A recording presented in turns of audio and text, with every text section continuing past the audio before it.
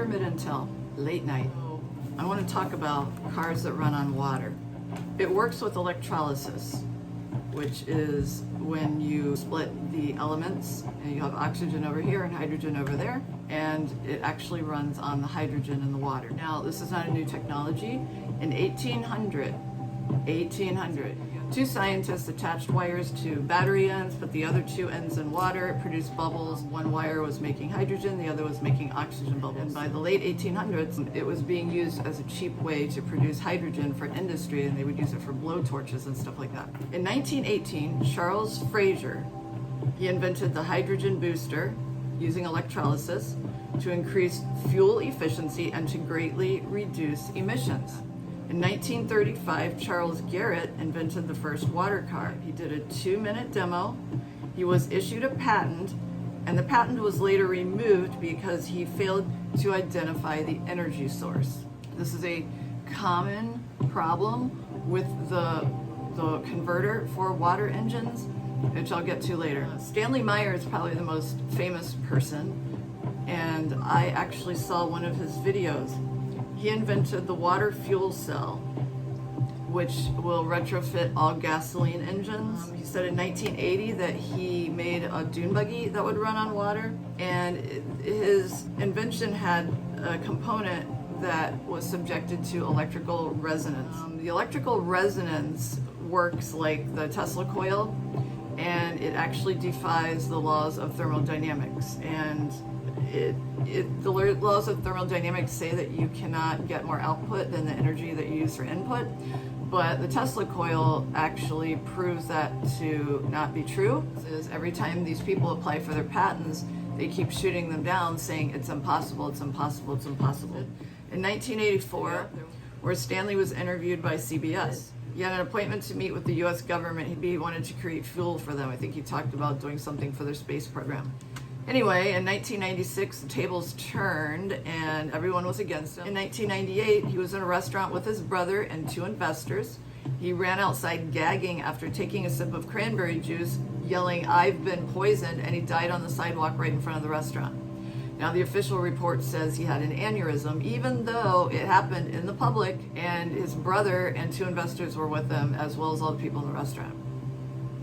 Interesting. 2002, Dennis Klein had a company called Hydrogen Tech Applications. He patented Aquagen, which was originally used for welding. Now, this had been done since the late 1800s, industrial use for the blowtorches, okay? Nothing new. While working with his Aquagen further, he claimed that he could run a vehicle exclusively on water.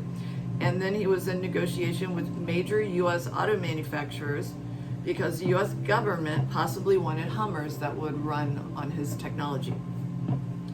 But currently, his company claims that it can no longer run a car exclusively on water, but it is marketing Aquagen to increase fuel efficiency.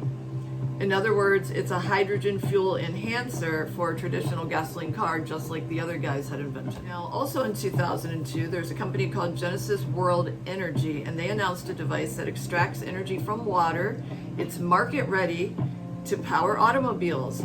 He then collected $2.5 million from investors to develop this, but nothing ever came to market.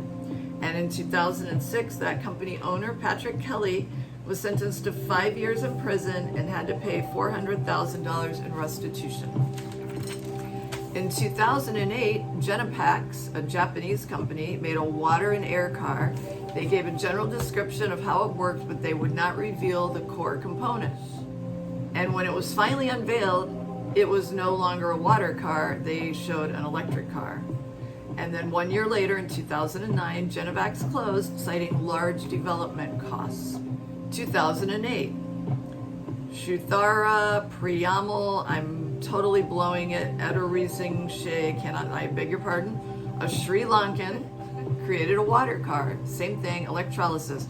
He drove 190 miles on 3 liters of water. The Prime Minister of Sri Lanka offered the government's full support to introduce this to the Sri Lankan market. But a couple of months later, Tushara was arrested on suspicion of investment fraud, and that was the end of that.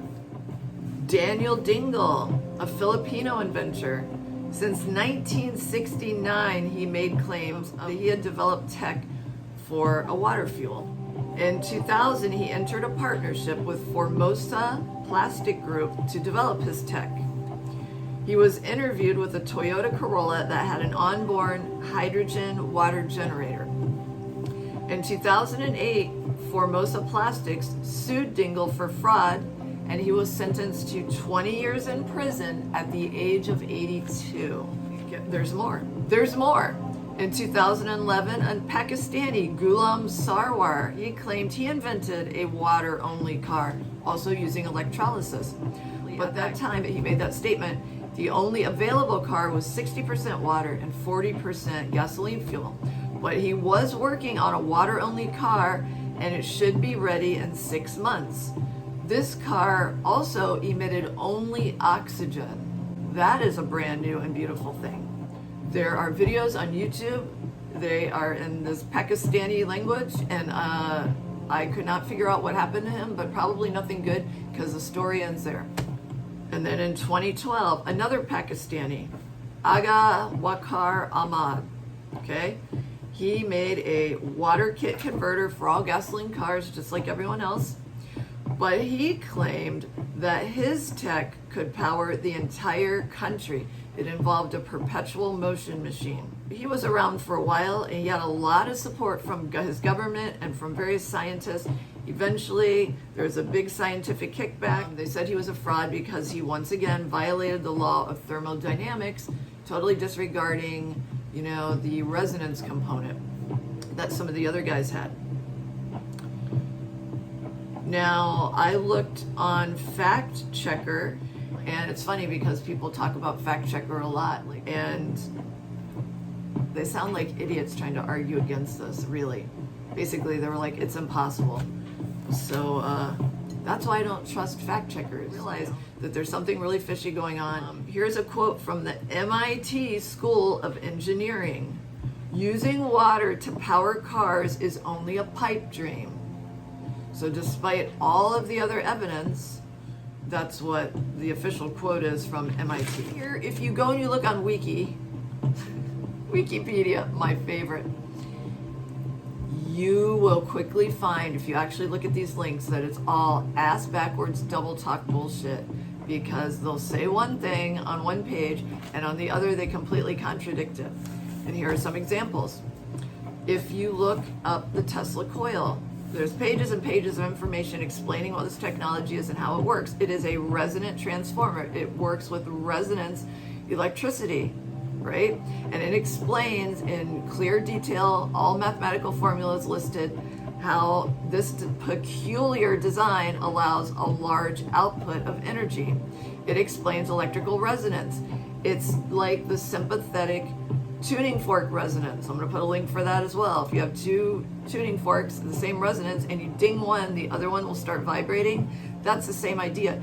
And just that alone contradicts the law of thermodynamics, which is the reason they shut down all these inventions. They say that the energy that you put in has to be greater than the energy that comes out. And that has been proven not to be true through the whole tuning fork thing, in my opinion, but certainly through the Tesla coil. So when these people apply for patents, this is on their patent application, and it is often approved, and then later they yank it and say, no, there's no such thing, and that's not real, and so you no longer have a patent.